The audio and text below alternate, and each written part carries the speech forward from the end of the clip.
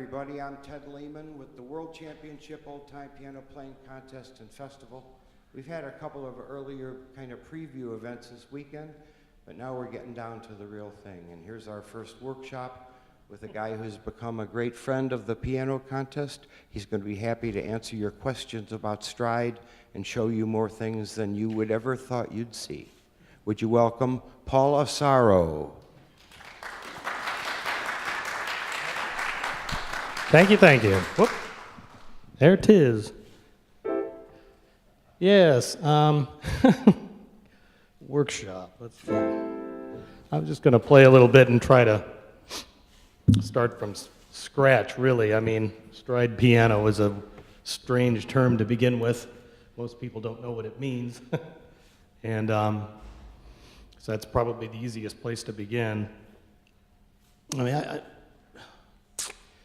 stride piano is a ragtime piano style. There's no doubt about that. That's the fundamental thing about it. It just happened to encompass some of the jazz developments that were happening around, after 1917, after the original Dixieland Jazz Band recorded their first record, which was 100 years ago this year. That really changed the musical landscape. And all the piano players, ragtime piano players, they were still working, you know, it was just happening around them. So the styles changed. And the only thing I can really put my finger on that's an absolute, when it switches from ragtime to stride, is a sense of swing. Jazz has a sense of swing in the rhythm, a fundamental shift in the rhythm, which is difficult to demonstrate. It's hard to find a tune that really works. But stride has this kind of a a kind of a loping quality that almost like a horse and buggy. I don't know, that's the way I always think of it.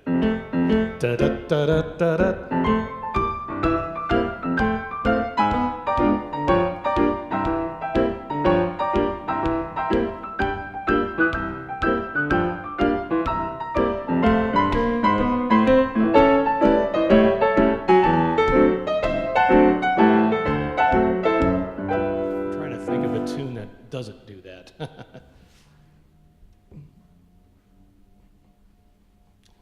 a good example.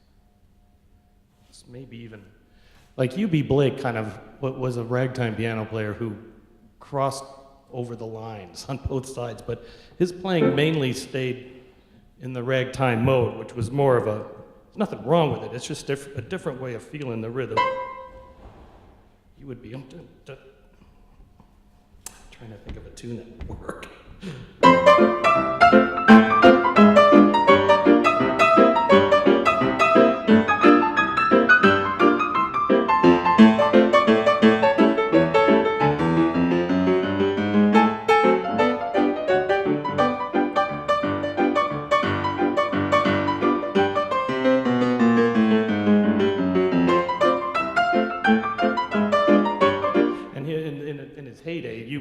Something like this is a tune recorded by Fats Waller in 1922 or 23 called the Birmingham Blues. So it's an early stride tune, but U.B. would have played it.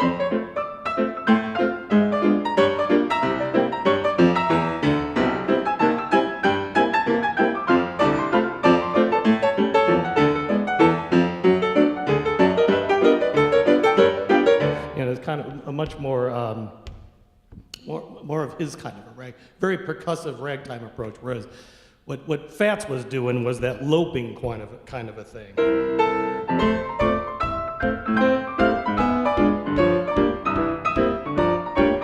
And can you hear the swings a little bit more? It's just a difference in the flavor.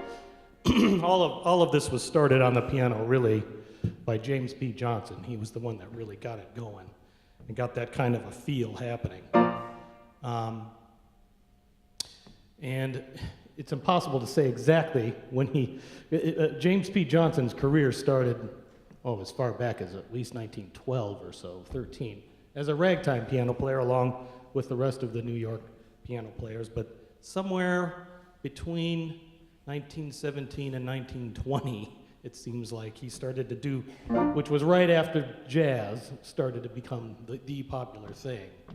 You notice there was a switch in his style, And if you listen to piano rolls and the recordings he made in 1921, you can hear that it's already firmly in place. He recorded the Carolina Shout, which was the definitive piece for stride piano, and it already had that nice swinging quality.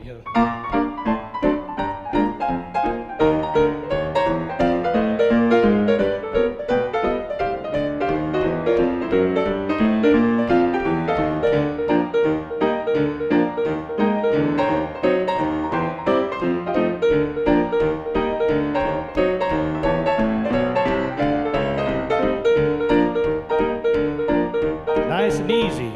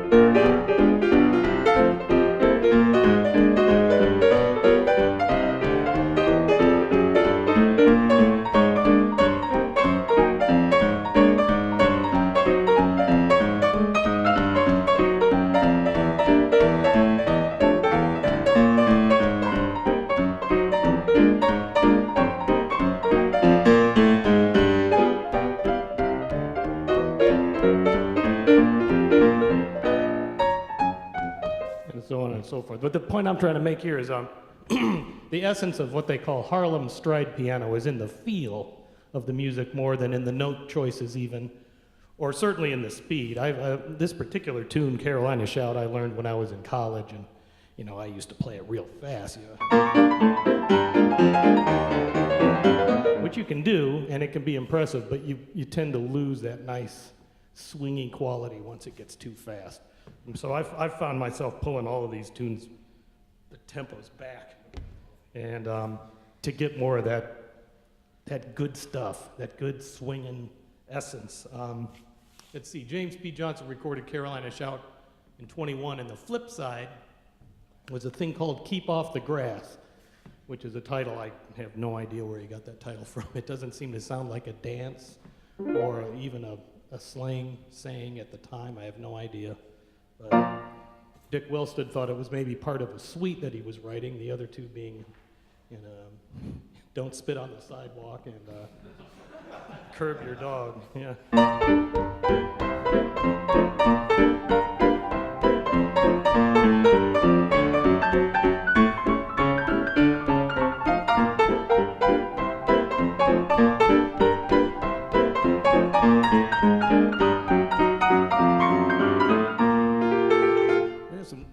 This one I usually take a little bit fast, but it has that same kind of a nice quality. So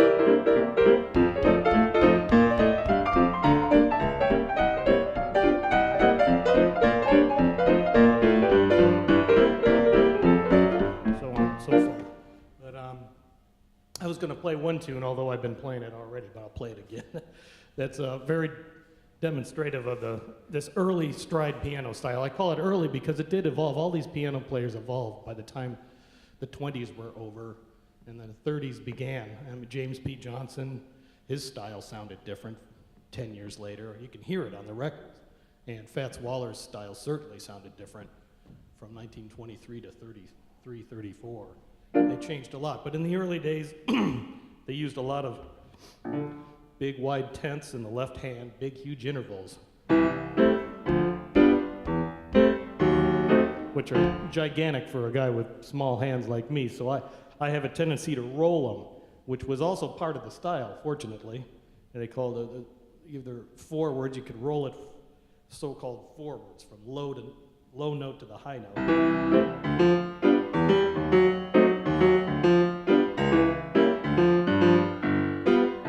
You can roll it from the high note down, what they called a backward tenth. And the best thing to do with a backward tenth for the piano players out there is to grab the high note, I find, with the pedal, This is something I got from Don Lambert, obviously doing it on his records, but that way you can get that middle note singing out there like that and gives you a little tiny kind of a counter melody almost.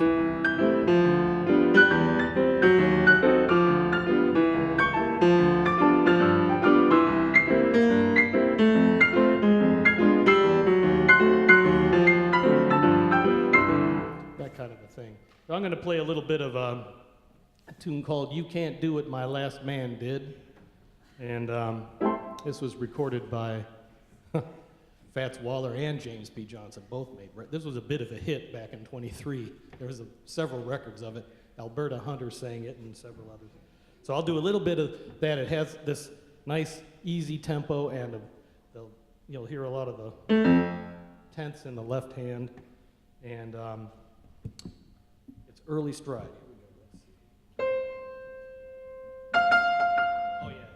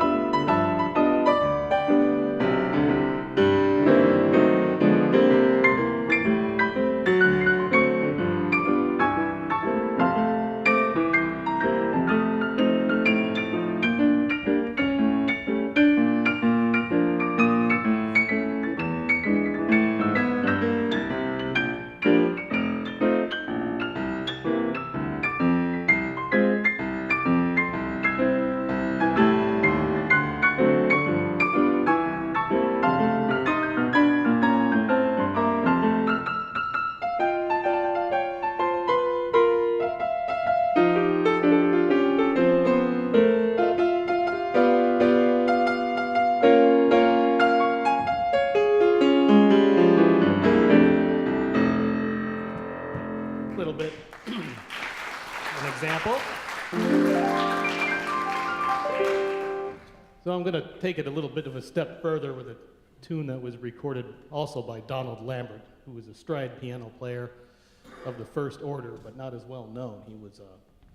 He detested the limelight, it seems like, and really enjoyed playing in neighborhood bars and not making a lot of records. But he did record his own version of Tea for Two, which was a favorite amongst the piano players, as well as the horn players. Everybody was playing. Nobody plays Tea for Two anymore. Everybody used to play it back in the jazz days. But Lambert did a trick that goes all the way back to the early ragtime period, which is to play one song in the left hand and another song in the right hand. So this broken tenth idea comes in real handy for something like that. If you got that note that's singing out there on the top, you can kind of use that to your advantage.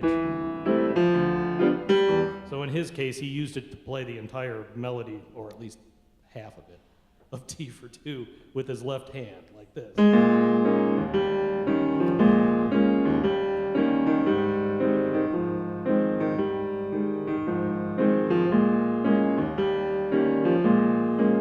More or less. And then on the top of that, he could just layer other tunes on top of it, like, say, for instance, April Showers. So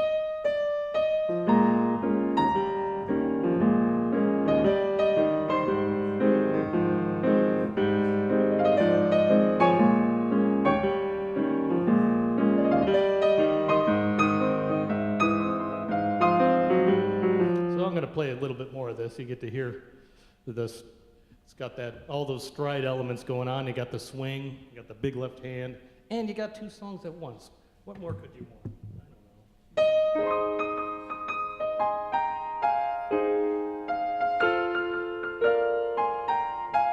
out of it today.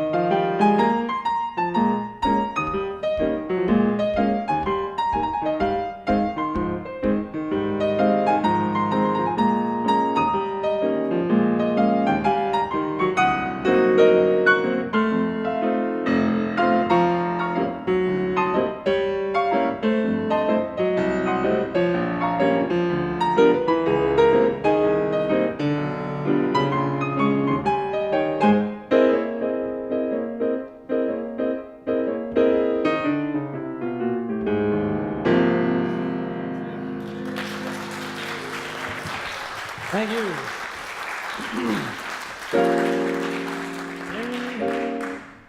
So yeah, that was, no doubt that also came straight out of that kind of early 1920s stride piano style, big, full, with that loping horse and buggy kind of a feel to it. And there are many recordings from that period, like, what's that called? Tain't Nobody's Business If I Do, for instance. Let's see that. That should take.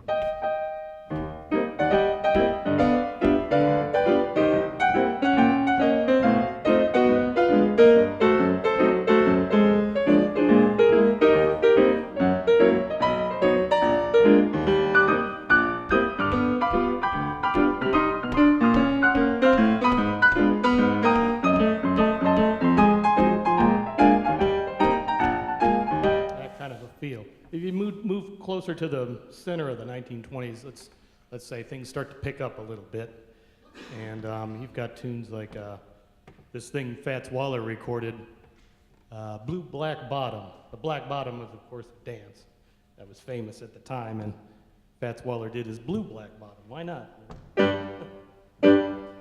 But Fats' style, built on what came before, is more aggressive, and the tempo goes up, so it's more like this.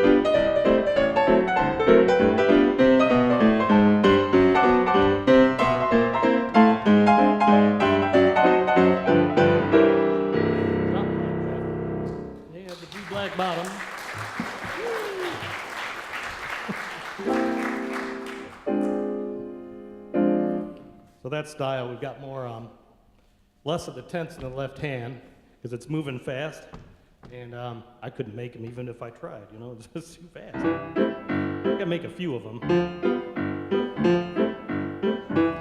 But the big intervals give way to just octaves and single notes.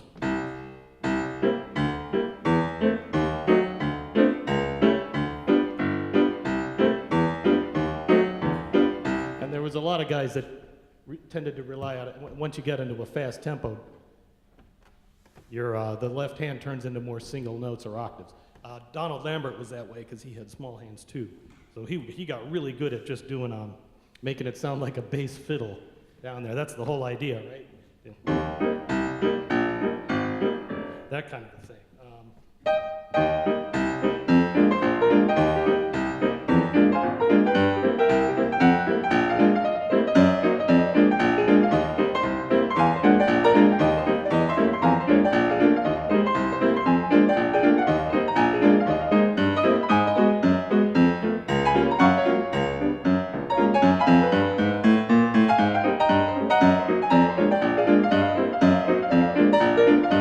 Once I get warmed up, it's a little more accurate. People ask me, by the way, how you do it without missing, although I'm missing a lot right now because I'm sort of warming up at your expense. But the trick, I never really thought about it because I just grew up playing piano, taking lessons, and starting with Scott Joplin rags, which, by the way, is the most excellent foundation because almost everything he wrote were octaves. So you get the feel in your hand very early on of what an octave feels like all the time. You can do it without looking at it.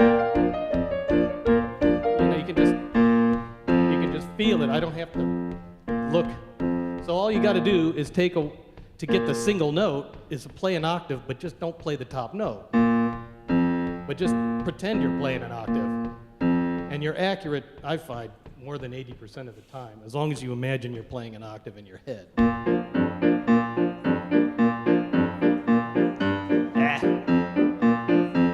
But that's more or less the way I just stumbled on it one day. I thought, well, that's how I'm doing it. It's got to be what it is, because I'm not thinking about this lone note way down here at the bottom of the keyboard. I'm thinking about playing an octave.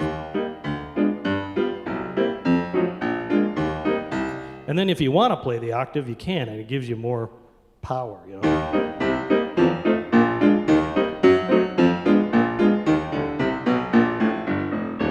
So on and so forth. But Donald Lambert, of course, was famous for that single note stuff. One of his pieces would sound like this. Let's see.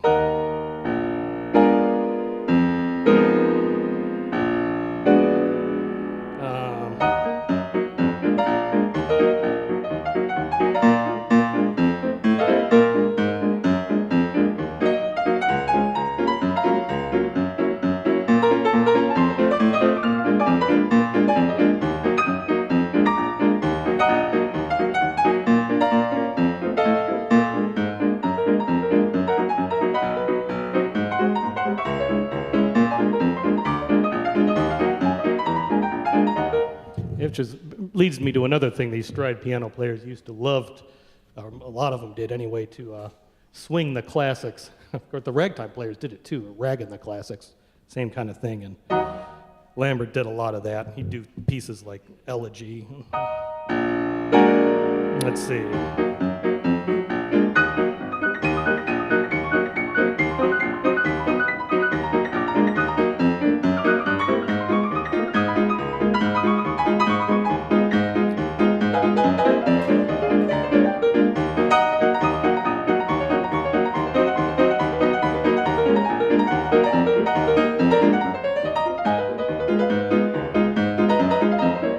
So on and so forth like that. It's really, so that was more or less his style. Where was I going to go with this? I was going to move on to around 1930 or so. James P. Johnson recorded a thing called riffs, R-I-F-F-S, riffs. And so by that, a riff is a repeated figure in jazz. So by that time, we've moved completely from ragtime to a jazz, not only a jazz feel, but a jazz term. And is the title of the tune, the riffs. And it doesn't really even have that many riffs in it, but it's still called riffs. But it's an example of James P. Johnson's style. All the way away from 1921, when we were doing more of this kind of thing.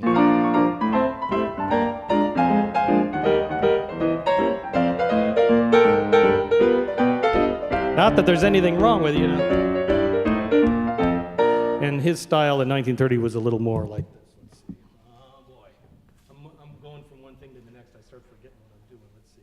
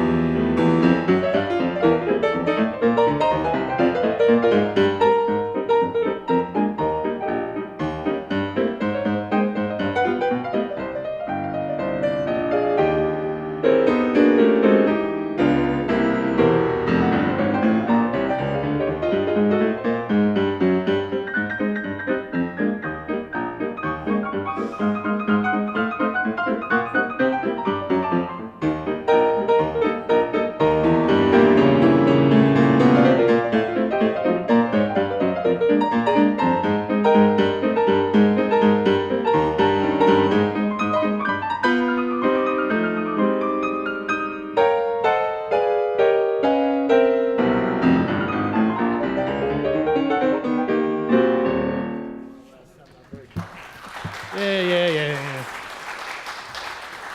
Anyway,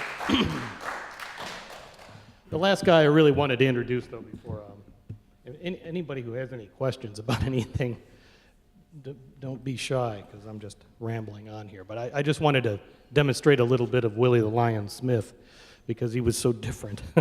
He was so great.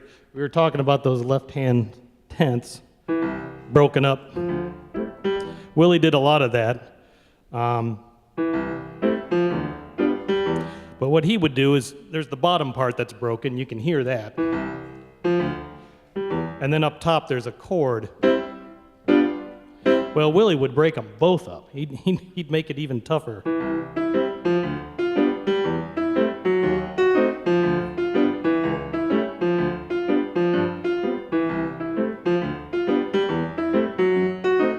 He used to love to do that kind of thing. That's tough too, I'm telling you. And he had a whole arsenal of different left-hand patterns, and some of which just became his signature. He got away from the back and forth ragtime oompa and started to do more things like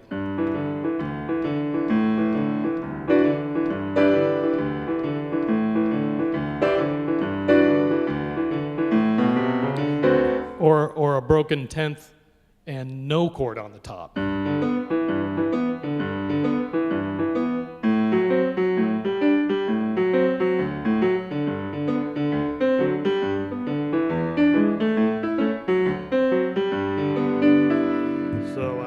Let's see.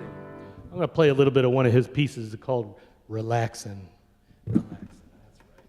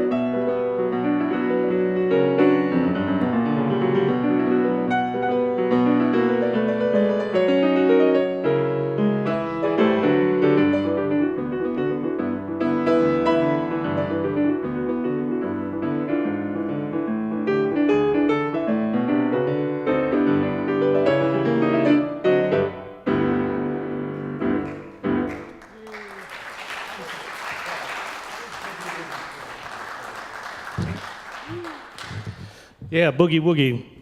It was asked how Boogie Woogie fits into all of this. It came along, the deal was, is the New York, so the Stride piano players were based in New York, their headquarters, of course, came out of Harlem, and the piano players formed a kind of a school there where they were all sounding the same. And they, at least in the early days, they didn't have much use for piano players from other parts of the country who would try to come in with their styles, their different styles. The New York pianists, of course, thought themselves to be far superior than any Southern or Midwestern pianist, and that included the Boogie Woogie piano players. So the Boogie Woogie and Stride kind of didn't start to come together really until maybe the 30s, but not really until the 40s, when James P. Johnson really seemed to embrace it and start to write tunes and even call them Boogie Woogie tunes. But before that, there was sort of a hesitancy. In fact, Fats Waller famously had it written into his contract. It may not be true, but I've read it time and time again that he refused to play Boogie Woogie. You know, Boogie Woogie, of course, was based on breaking up the beat into 8 beats to the bar, and mostly, almost 90% of the time, it's a blues form, a 12-bar blues form. That's one way to break it up, and then on top of that are heavy blues figures, you know, concentrated on the blues.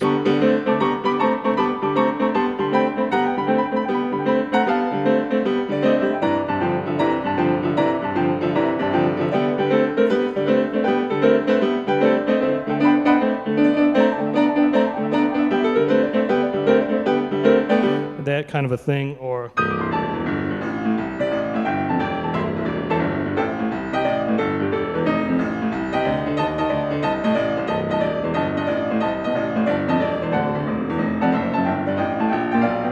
and that, you know, we all know that kind of a sound. But it is true that the Stride piano players were kind of as Dick Hyman called them, a lordly bunch that really kind of looked down on that kind of stuff. Until later, it came in later. Yeah, go ahead. Yeah. Yes, yes. Yeah, that's all it's you.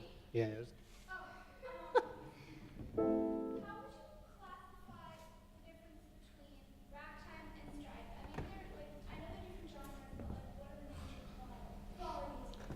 yeah. Well, it was all in the way that they would approach a piece. And the thing of it is like I said before, stride, it is ragtime. It's a form of ragtime.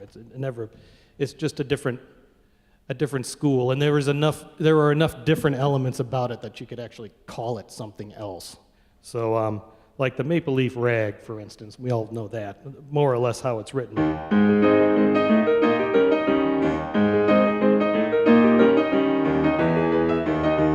And so on and so forth, and then the string.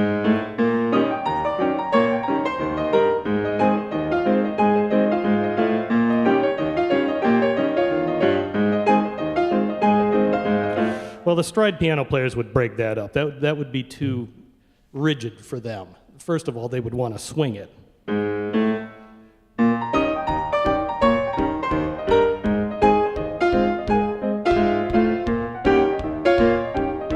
And break up the bass a little bit. You know, it's the same tune, but they're adding some rhythmic jazz elements to it.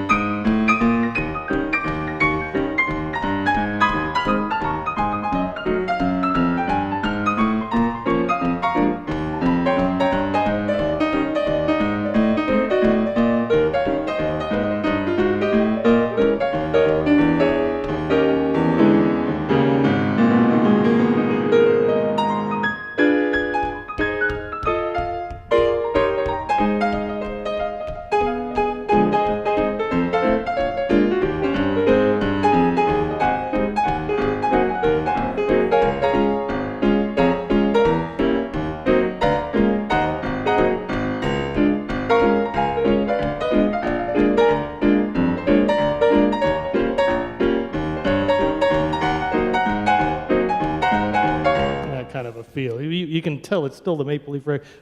I tried to make it as obvious as possible, but it's more of a jazz feel and a lot of freedom, really. There's a lot of freedom. You have to stay within the basic chord structure of the tune, and you don't want to get those players would get away from the melody, but not forever. They always were about at some point getting back to the melody, even when they'd go off into outer space or whatever.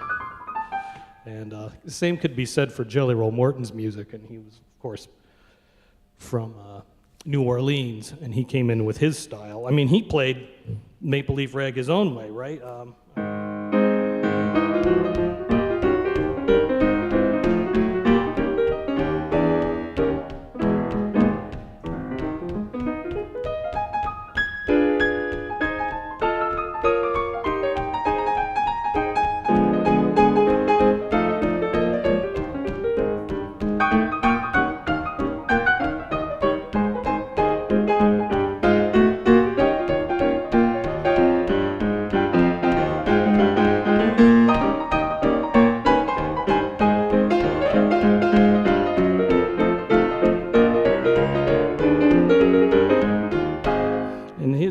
Here's an idea. The ragtime piano kind of split off into jazz in two different places here. I mean, not totally, but this is a good example. Jelly Roll Morton went his own way from ragtime into jazz down in New Orleans and also in Chicago. But and then the ragtime players in New York did it. They did it at the same time. They just went about it in different ways. Jelly Roll Morton was more influenced by all of the marching bands and the brass bands down in New Orleans and all the jazz bands. So he made his piano try to sound more like a band. You know, obviously you've already got the left hand sounds like a tuba and a trombone. You got that kind of thing. But up top, he really wanted to imitate trumpets and clarinets and things like that. So instead of having, say, a repeated figure that the ragtime players would use, well, it would be tough for a horn player to play something like that. You'd be leaping around. Horn players would be more.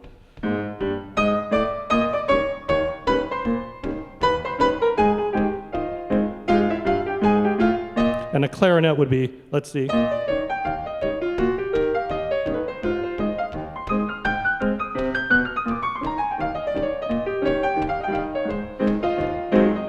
That gave Jelly Roll more of his style. So you get that with the swing, and you start swinging it. And here's trombone.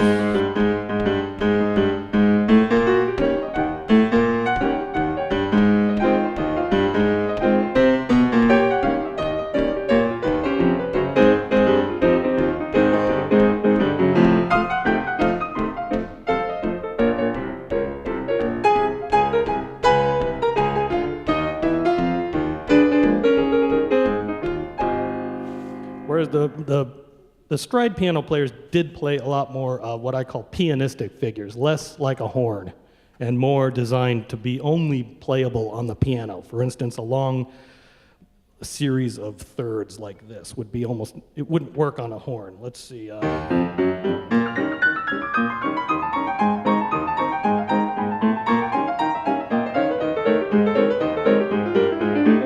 Is he over? Nope, not yet. All right, so, I mean, that kind of thing is more, wouldn't be playable by a horn. And they also used figures like famously Fats Waller in Handful of Keys used this kind of a novelty figure. Oh, it only works on the piano, really. I mean, unless you really want to try to arrange that for a group of horns who would hate you.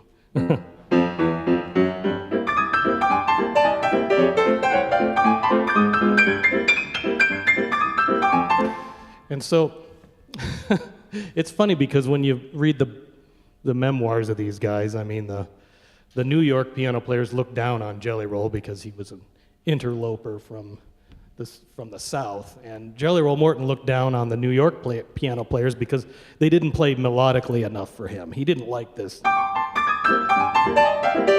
You know, he wanted melody. He wanted some kind of a melody to be going on most of the time. Not that he never did that, but there's a great lick, a pianistic lick that Jelly Roll uses. let's see, in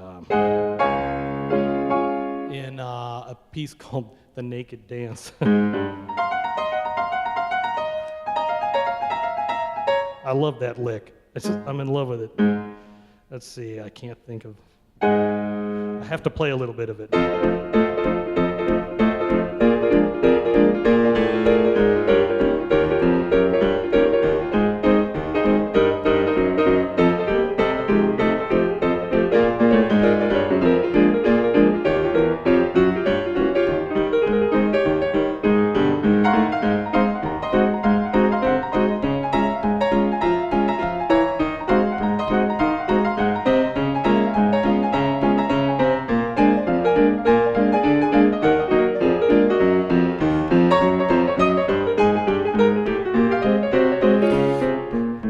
It's worthwhile noting that this piece, Jelly Roll Morton was trying to give an imitation of Tony Jackson, the great Storyville ragtime piano player. So in essence, he's trying to play ragtime here and not jazz, which is more pianistic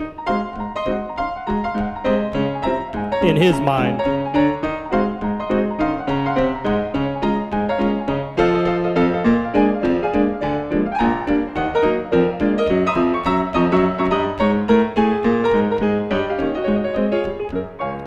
So forth, but I don't know how I got off onto Jelly Roll Morton. I was just using him to contrast. You can hear the difference. It's back then. I mean, we're talking about the period from the turn of the century, 1900, all the way up to 1930. It was when, really that many years when ragtime went through its evolution through the piano, and then it evolved into stride somewhere after World War I, and then eventually after 1930. It went towards swing band music. The popular taste went toward, and then it all changed. But during that period, especially up before 1930, they're just, music was regional. You know, they didn't have a lot of radio coverage, none, for the first 20 years, 25 years.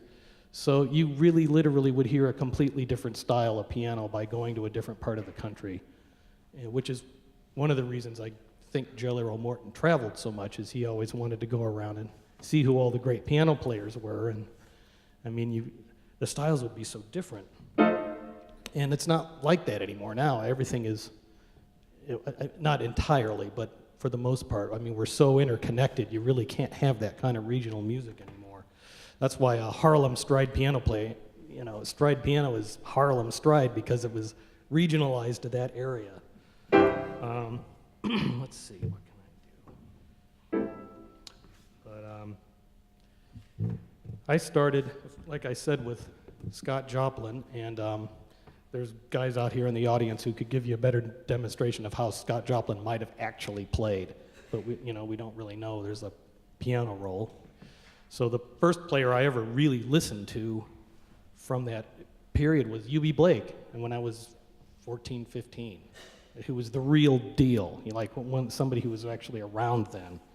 And that's what really got me interested in trying to not just play the notes on the page, but to try to get the feeling that I don't want to sound like U.B. Blake's in a Rich Little kind of a way, more than I want to get that wonderful essence that makes his playing so great.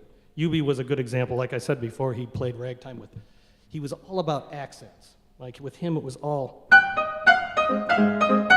If you don't have that, you don't have the essence of it. It's, oh man.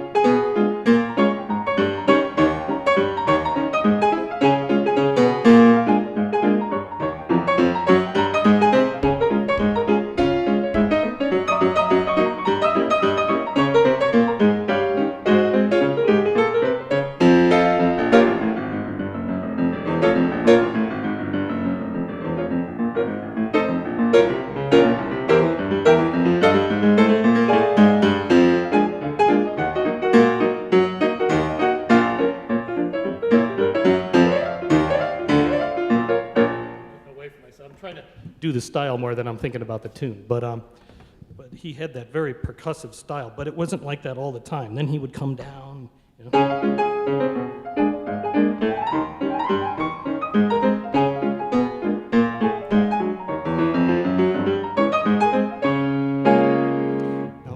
switch over to somebody else. By the time the 30s came around, though, you had like players like Fats Waller. Their style had reflected the times. It smoothed out a lot. I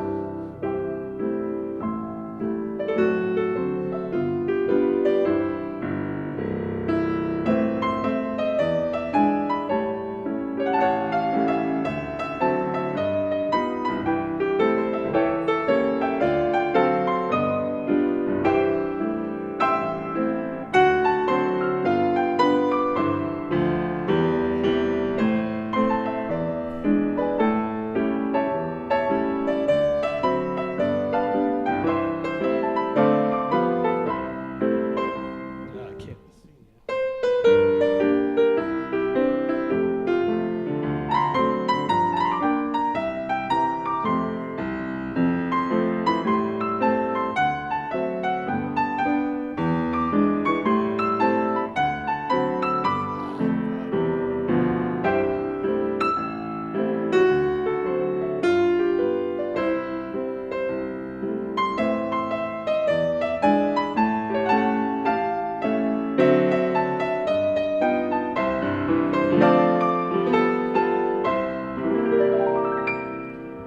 So it's a smoother style, obviously. It more reflects what was happening in the 1930s, and like even his up-tempo stuff would kind of be like that. Like he wrote a piece called.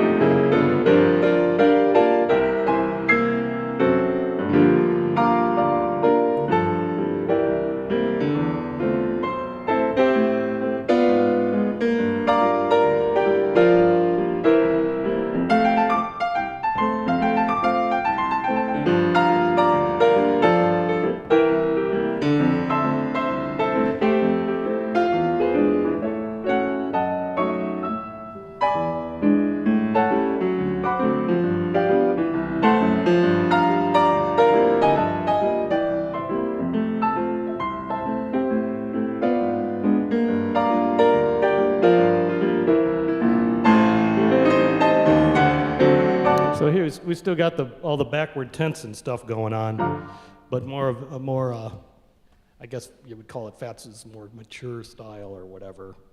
To me, they're just as good. It's just as good as the stuff, the Maple Leaf Rag from 1899 and Charleston Rag that was recorded in 1921 or whatever. It's just that the different styles, they just sounded different. No one is better than the other, is what I'm trying to say. So anyway, I'm going off again on a tangent. If anybody has any more questions, just let me know. Otherwise, I'll keep noodling away. Let's see if there's something else I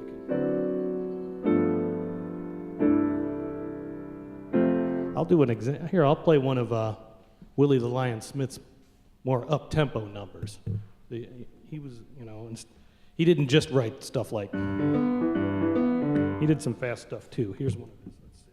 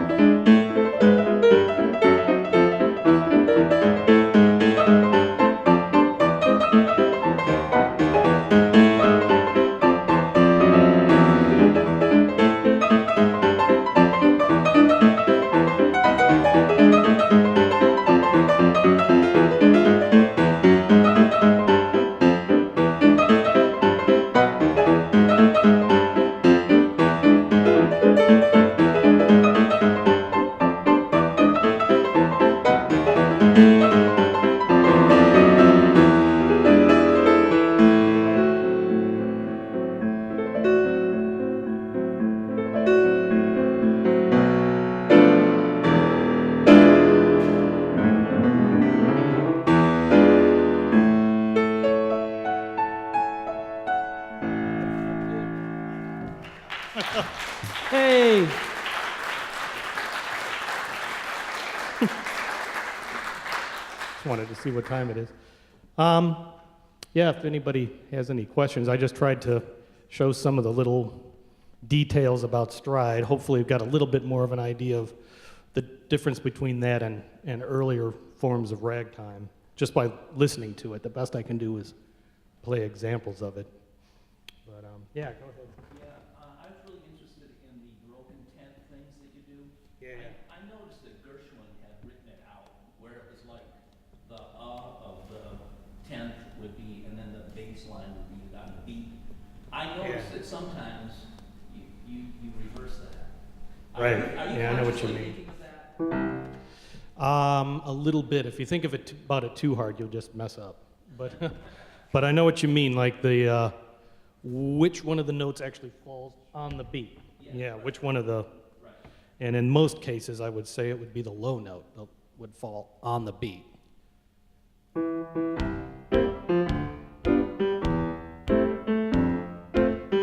Yeah. God, I don't even know if. I can't do it the other way. I don't think I can do it the other way. Yeah, if you're walking up, then the high note would be on the beat.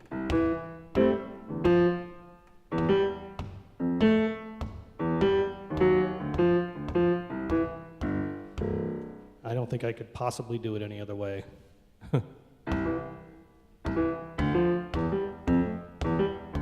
That doesn't work. It doesn't mean anything.